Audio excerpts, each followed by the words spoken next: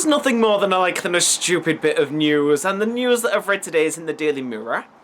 And it's about seagulls in Dorset that are becoming a bit of a problem. And these news stories come up locally every now and again, like on seaside coasts, and then they sort of go away. But this one's become national news because a seagull stole David Cameron's sandwich.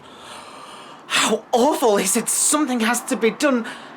Irony on the greatest scale ever. As he takes away benefits from the disabled, runs the NHS into the ground, old people are struggling even more than ever. We're all struggling with these stupid austerity cuts and cutbacks we all have to be making. He is appalled that a seagull stole his sandwich. Something has to be done. It's just irony, and even the seagulls are so hungry they're having to steal sandwiches off the Prime Minister because they don't give a shit who he is.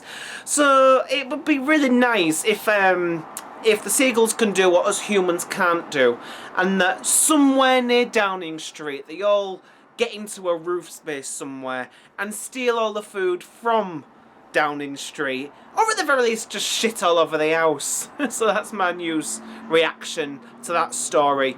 Don't poison the seagulls, Dorset. Just simply catch them and release them on Downing Street.